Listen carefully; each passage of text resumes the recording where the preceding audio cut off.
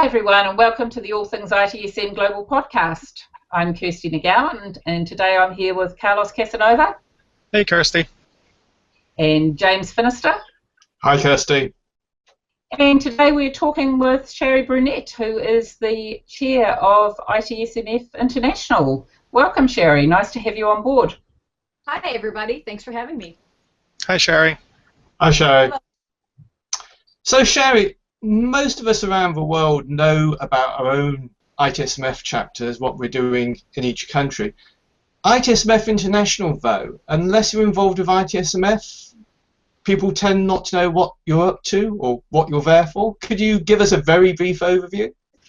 Sure. Every chapter that's active across the globe has the opportunity to elect one of 5 executive board member slots. The international organization is a combination of these 5 international board members and a back office. Our goal is to support the chapters globally, support their needs in growing members, in getting content, in getting sponsors, and overall to facilitate a global forum. So Shari, I guess one thing that kind of just piqued my curiosity there on your statement was from a sponsorship perspective. I mean, I know having run a league for a while. I mean, we always did it for events. How does that play out from an international perspective? So every year, International hosts a global chapter leadership forum. We call it the Chapter Leadership Conference, where once a year for a weekend we gather all chapter leaders who would like to join us together, and we do a number of things. We talk about best practices, we share challenges, we ask for topics that are contemporary that chapters might need to learn about. And so this year, for the very first time, we're actually opening the Chapter Leadership Conference up to sponsors who might be able to come and actually present content for us that they think a global community could take advantage of. Okay, so Shari, I'm a bit of a vendor myself. What would be in it for us as vendors? What's the opportunity really for us in terms of value here? That's a good question. When you think about it, many of our vendors sponsor leagues, local interest groups within chapters, sponsor user conferences. For example, the Norway conference is coming up here in April, and they have many vendors and sponsors. So the benefit for you to sponsor our international organizational event is that you get to see dozens of chapter leaders in one setting. You get intimate conversation with chapter leaders about what their needs are and perhaps how you might be able to help them. It's a little different format and flavor than when you go to a user conference or you work with a specific chapter. This allows you really to look across the globe and have conversation with our membership at the chapter leader level. So how many chapters do you envisage having at the CLC this year? Well, good question. Chapters fund their leadership to come, so it somewhat is dependent upon chapter funding, but it's grown over the last 3 years. We last year had upwards of 26, 27 chapters at our event for the weekend. How many active chapters are there globally at the moment, Shari? We have probably between 40 and 50 active chapters. We probably have another dozen and a half who are either, the cycle undergoing resurgence or interested in restarting. So we're kind of in a mix of active, partially active, wanting to get active again. Right. I mean, it's interesting for me. One of the great things about our industry in the last few years is how genuinely international it has become as a community. Yes. I mean, you talk about the Norway conference. I've seen the speaker list for Norway. I think we've got 3 Australian speakers going to speak at the Norway event this year, which must say something. Do you think that increase in the international community of service managers is being reflected in ITSMF International getting a new lease of life?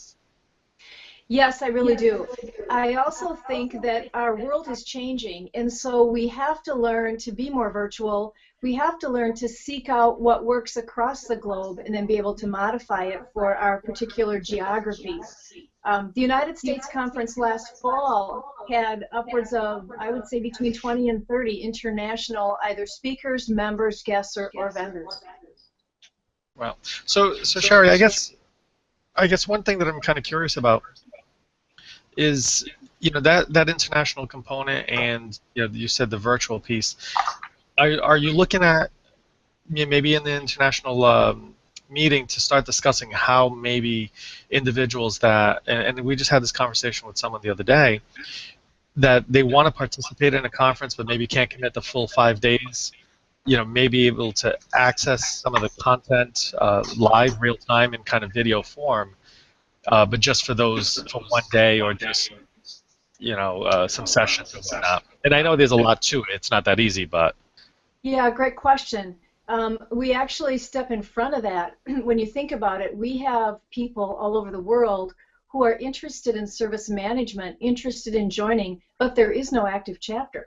So right. we're actually starting to have that conversation at our chapter leadership conference, looking at what kinds of techniques can we use to open up virtual sharing that's a bit larger than perhaps what we have now, which is typically looking at a podcast or connecting to one of our chapter websites.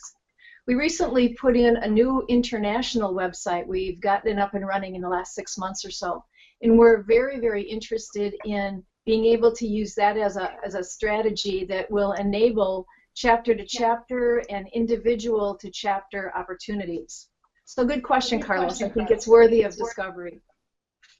I mean, a question that a lot of sponsors would have was, how many members do you think ITSMF has globally? And I know that's a very hard question to answer, having been involved at the international level previously. Have you got a big guess at the moment? Yeah, it's an interesting conversation because our chapters have a couple of different membership models. Some of our chapters have membership models that are corporate in nature, so one corporation with many, many members from that corporation. Other chapters have individual members. We have student members as well. So as we look across the globe, we, in our estimate somewhere between 40 and 60,000 members that participate on an ongoing basis in one way or another.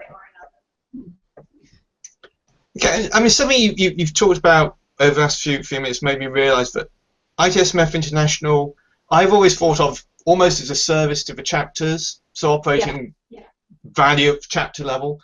Are you moving more into this concept of providing value to individual ITSMF members wherever in the world they happen to be then? No, we want to be very careful. The goal at the international level is really to facilitate chapters and chapters' engagement with members. What we would expect is where we have pockets of individuals, can we connect them somehow virtually with a chapter that's close to them, or can we get them started, get enough inertia in that location or in that area to actually help them start a chapter?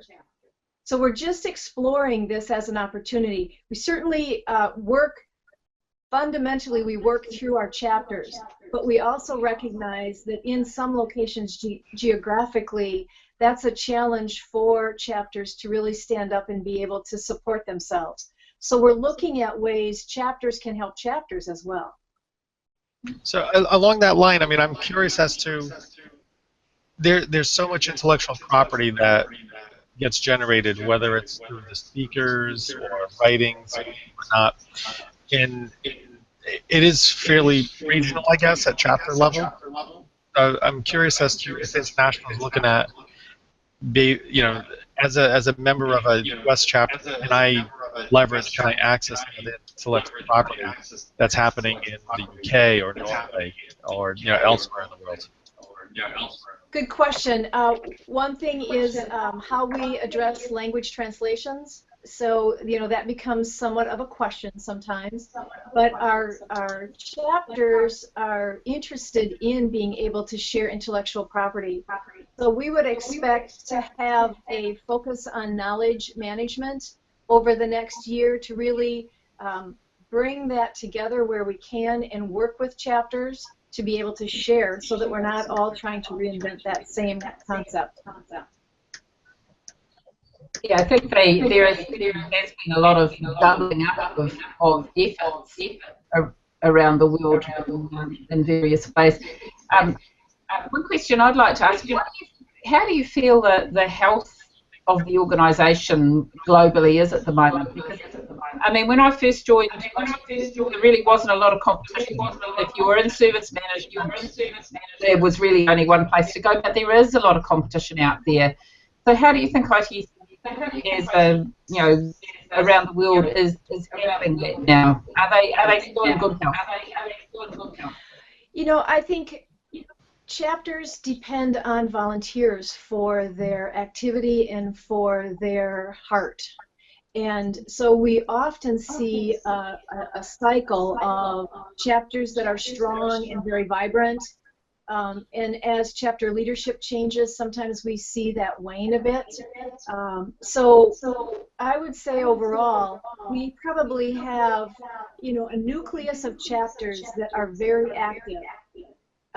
Everybody struggles with the same thing. How do you get sponsorship to help fund the activities you want to perform? How do you get content that is good for members? Members have so many ways to get content today. That's one of the reasons at the CLC we're interested in partners, vendors, providers who can bring new content or new thought, new frameworks forward so that we can continue to grow that service management base. Everybody is thirsty to understand how to do things correctly and how to see where to avoid failures. We just need to do a better job, perhaps, of sharing that information. You know, back to your question, I think we're healthy. I think we're excited at how we can grow and looking at the opportunity that service management really touches every aspect of IT. So broadening that view so that, you know, we talk to folks who are struggling with the connection between DevOps and IT, ITIL processes, or the PMO that's trying to do things knowing that service requests is a portal for bringing information in. So our goal is really to make sure that our entire IT community knows the kind of value that IT service management chapters can bring to them. That's great. Now, if there are people out there interested in finding out more about how to support the CLC, where do they need to go? I'm sorry, could you repeat? I'm getting a little bit of a for anyone listening out there who may be involved with a vendor who's interested in finding out more about how they can support the CLC, where do they go? Good question. So if someone is interested in learning more about supporting our CLC, they can look at our international website, and we'll have a link on there. Our back office help will be able to connect with them. If it's someone in a chapter, we would encourage that individual to go to their chapter and talk with their chapter about how the CLC benefits their chapter. So a couple of different ways that, you know, folks who might be interested can connect with us. Okay. Well, we'll put a link to the ITSMF international website in the information on this video, so people can find you easily. That'd be great. Thanks a lot for your time today, Shari. I hope you have a very successful CLC this year, and that the organisation keeps growing and strengthening at a global level, because I think we all know that networking is really important to helping us as professionals in the industry really develop. Yeah, I'm excited. The chapters, we have meetings with our global leaders probably 6 times a year. We had 5 meetings last year, and so, you know, getting the community together and having them share with each other has been just tremendous. So thank you for the opportunity here to share this insight with people who look at this video. Thanks very much, Shari. Thank you, Shari. Thank you.